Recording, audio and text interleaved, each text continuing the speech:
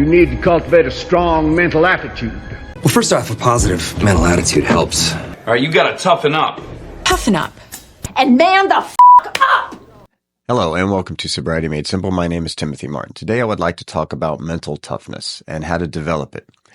We see people in our day-to-day lives that are successful, but we don't see the setbacks that they've had to go through, the adversity. In order to be successful in your quest to live alcohol-free, you must acquire mental toughness. Every person who is succeeding in sobriety has faced their fair share of roadblocks.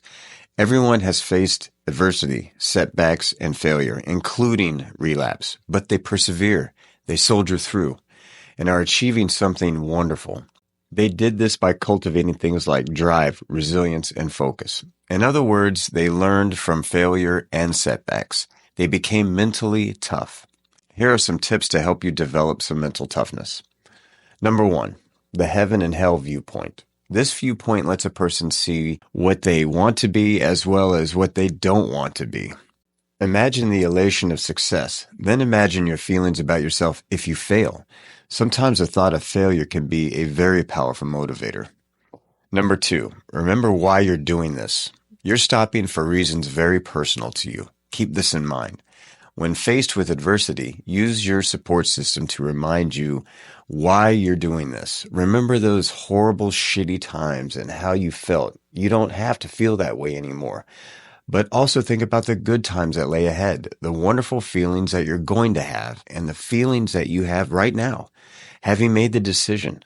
Number 3, exercise, diet, and physical fitness will not only strengthen the body, it will also strengthen the mind. It takes discipline and establishes routine and good habits. Also, diet helps just as much as exercise. Establishing good eating habits also builds discipline. Saying no to junk food. A lot of times after people stop drinking, another bad habit could easily step up, and one of them is overeating or eating a really bad diet, which can become habit forming. Please watch yourself. Build a mental toughness that you need to stay on a strict diet and exercise program. It will help. 4, step back and take a beat. Take a minute.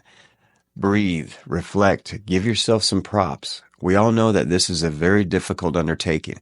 And when you're grinding it out day to day, hour to hour sometimes, you need to step back and take a break.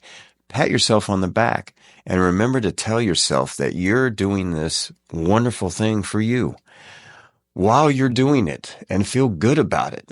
Don't feel like it's a labor. Don't feel like it's something that you have to endure. Get pumped up for it. Something that you want to do. It's going to make it a lot easier, and it also builds that mental toughness that you need to get through those difficult times when you're not feeling so good or you're having kind of a low day. 5, journaling. Try keeping a journal, just a couple lines each day. What I do is write down the high points of the day, but also the tough points and how I handled them and what I could have done differently or if I handled it like I should have. But getting it out, getting it on paper helps me put things in perspective. And I write too. I don't type. Something about writing makes it more personal to me. Number 6, learn to say no. And what I mean by that is learn to speak your mind. When people stop drinking, they go through mental changes. The brain is resetting itself. It's called PAWS, post-acute withdrawal syndrome. I have a video on it, and here's a link above. This state can make a person feel very inadequate or unsure of themselves, which could lead to a tendency to say yes or agree a lot of the times. Don't do this. Stand up for yourself, even if it feels uncomfortable, okay? Speak your mind. Number 7, don't overthink things. To build mental toughness, train yourself to stay in the moment. Acquire what I call tunnel vision. Focus on the task at hand. Try not to dwell on things that are out of your control. What I mean by this is don't focus on task number 32 when you're on number 7. One thing at a time, and then the next thing, and so forth. Number 8, try to limit time on social media. Spending vast quantities of time watching social media can put you in a state of depression. If you're watching what people post, which is the high points of their lives, normally it can give you a feeling of inadequacy. Use that time to focus on yourself. The longer you stay on you, the more in tune you're going to be with yourself, okay? Don't waste time watching other people's lives. Work on yours. Number 9, be willing to accept criticism and listen to others' opinions. Don't shy away or take it as a personal attack. If you are criticized, listen to it. If it's viable, take it. If not, discard it. I've heard a lot of helpful criticism from people I don't like, but their criticism of me, even though it might suck to hear, there's a lot of truth in what they're saying. And if you can dig out the truth and put your feelings aside, it can help you, believe it or not. They will give it to you straight. No sugarcoating like close friends might do to spare your feelings. They're going to give you both barrels right in the face. If you can get through that, though, what they say can be very helpful. Number 10, adaptability. Be prepared for roadblocks and setbacks. If you're prepared, you'll be able to handle them better. Be fluid in your recovery. Have the ability to adapt to changes and your changing life in sobriety. A few months from now, you can find yourself in a completely different situation.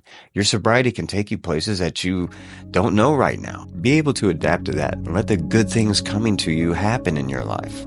You deserve it, okay? Remember, one of the many benefits of sobriety is a better life. But you've got to earn it, okay? It's not going to happen to you. You've got to go out there and you got to work for it. Now, I hope this video helps you out. Hang in there, and we'll see you in the next one, okay? And remember, you got this. All right? Bye.